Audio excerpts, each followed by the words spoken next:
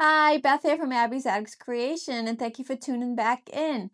Today we are actually going to go over photo processing and how to achieve looks like this on the F2 and the F2 UV. It's quite simple to do, just using some software and making some adjustments to your photo.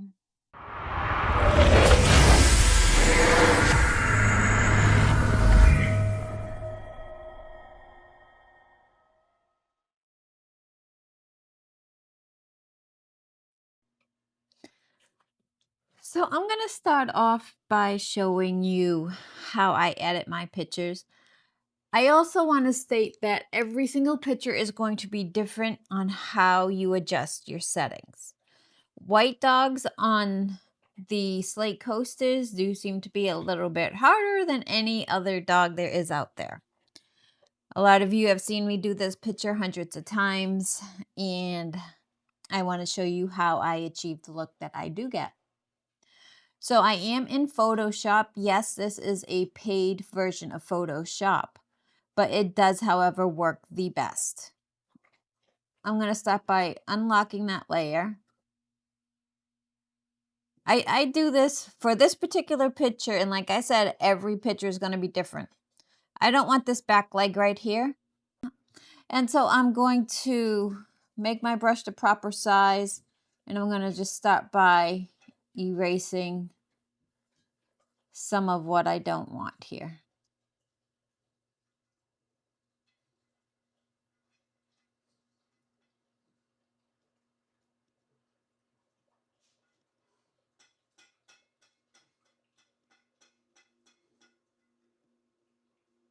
And I just try to make it look as natural as possible. So from there, I am going to go up to filters and camera raw filter. From here, I'm going to start adjusting the whites and the lightness and everything, because as you can see, she was actually laying in the sun. So her whole top of the head, especially right in here, is extremely light. And that's going to make it so that you just have one big blob on your engrave, and we don't want that. We want a nice contrast. So I am going to turn down the exposure just a smidge here. We're going to turn up the contrast just a little bit. We definitely want to turn down that highlight, because that highlight is what's giving it. So see how it just got a little bit lighter and a little bit more defined. Same thing with the whites. I'm going to turn that down.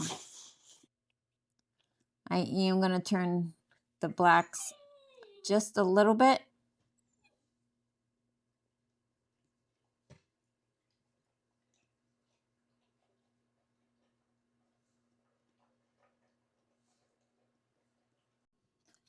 I'm going to adjust the blacks a little bit. I'm actually going to take a little less away from it, because I really want her nose to be defined. So I may even subtract some of this.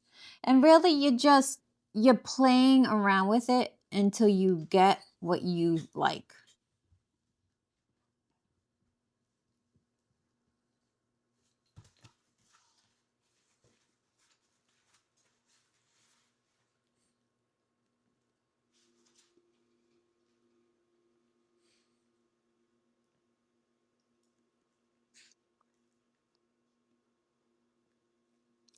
So I'm going to turn up the clarity here too, which is just going to make it a lot more sharp.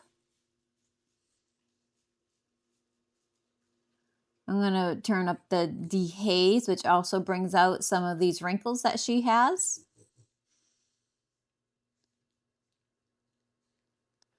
And then I'm going to come down here and I'm going to play with the adjustment bar as well, just to get rid of some more of those highlights.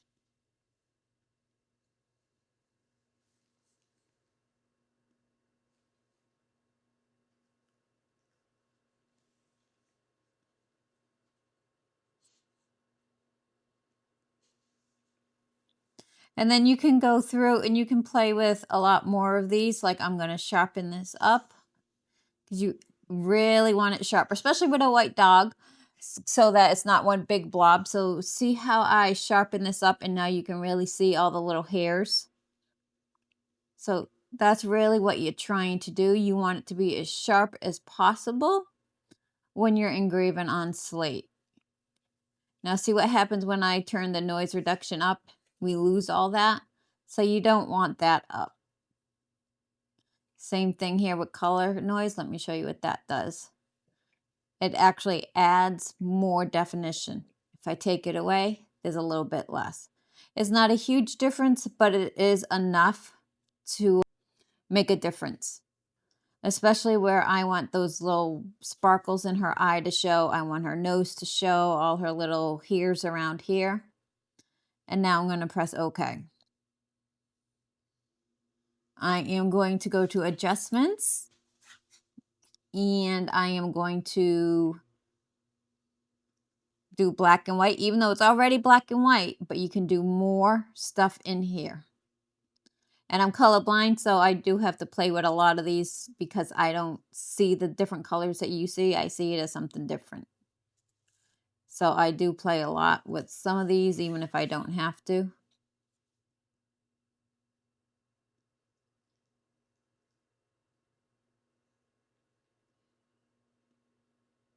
I'm sure this part will be a lot easier for you guys if you're not colorblind. I'm going to go to adjustments again, and I am going to play with this levels a little bit.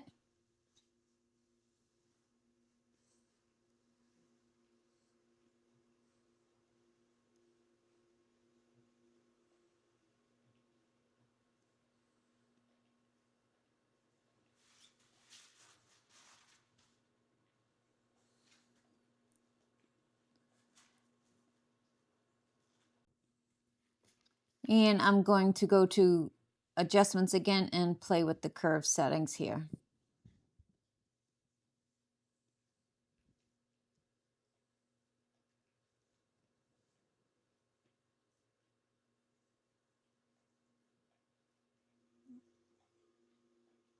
And I might have to go back into this just to bring down that highlight a little bit more. So like I said, it's just playing around until you get it. I was really concentrating on getting rid of some of this up here and making the nose stand out. I'm not sure if there's free software out there to do this. There might be, like, I think it's called Inkscapes or something like that. But I'm not sure that you would have all the same filters or whatnot. I don't really play with Inkscape that much. I use Photoshop. I've used ImageR in the past as well, which is also a paid subscription. I believe they give you 3 free photos a month with limited adjustments, however. But this is just what I do. This works for me.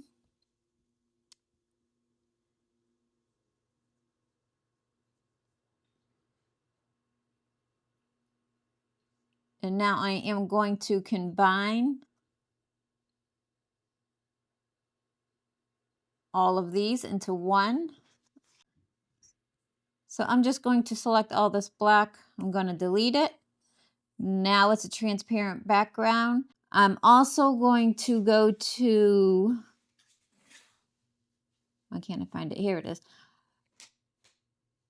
Smart Sharp. And I'm going to zoom in on her as much as possible and bring it down to an area. And I am going to adjust more sharpness on her while reducing some of the noise as well, which is going to make those hairs stand out even more.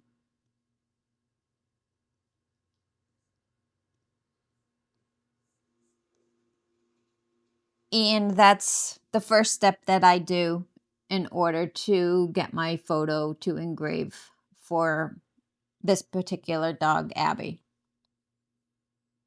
You also want to make sure your image size is close to what you're engraving on, because this is a bitmap, and bitmaps are a bunch of dots in so many inches or centimeters or whatever system you're working in. I do have this set into inches for me for here because this is easier. So what I'm going to do is I'm just going to set this to 3.5 by 3.5, and I'm going to save it.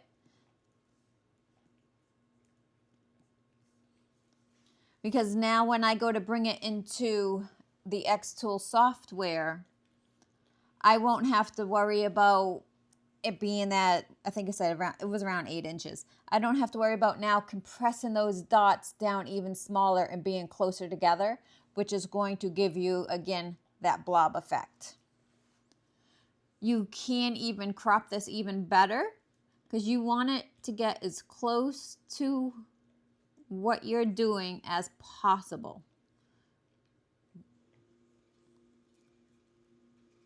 And I'm going to call that done. And now I'm going to hit File, and I'm going to export as, and it's going to be a PNG, and I'm going to export it.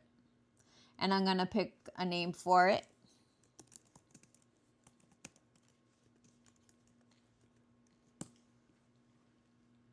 And I will just save it to my desktop.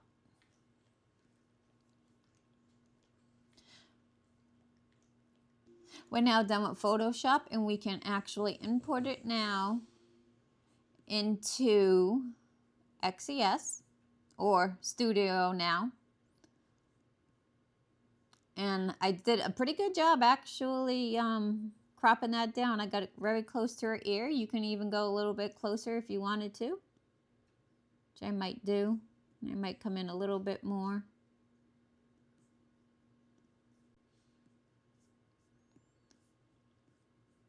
Now, if you're going to engrave this on Slate, for example, as what we are doing, I'm going to look for Slate on here because this is just an easy way to do this. Make sure to apply it here, because now when you go to Edit and Adjustments, you can do Auto Adjust and it will automatically do it for you. You do want to make sure to invert it. If you did not want Auto Adjust, you can hit Reset and invert, and you'll have your exact photo as how you edited it.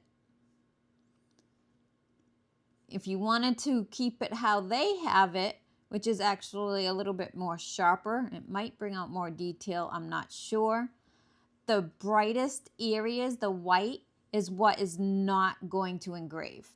So say you did want to keep it like this, but you wanted a little bit more detail, like around the nose, for example, or the brightness in the eyes.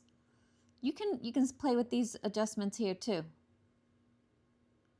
And lower them down. You can bring down the brightness. You can add more brightness.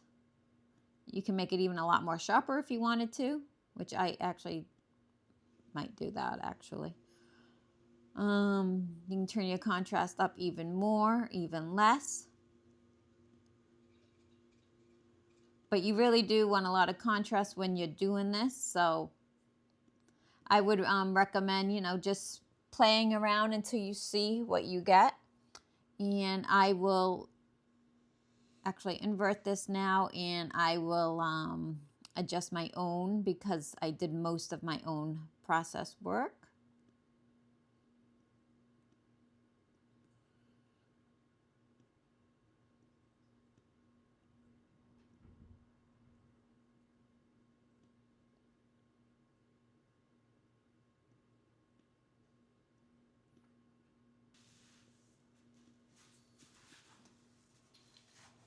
When I am working with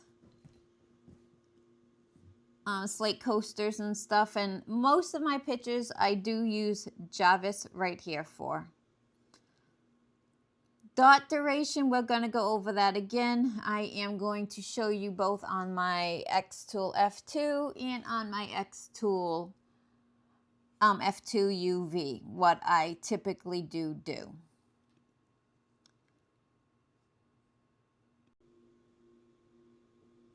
Now again, these settings are just a starting point for you. They are not a 100% guarantee. You should definitely do all your own testing, but this is what I've been using for this particular picture that has worked well for me so far. I turn it on to infrared. I use a dot duration of 225, a power of 100, and I do 300 DPI, and that's it. For my UV, I use a dot duration of 350. I use a power of 95. I do 500 lines, and I do a frequency of 40.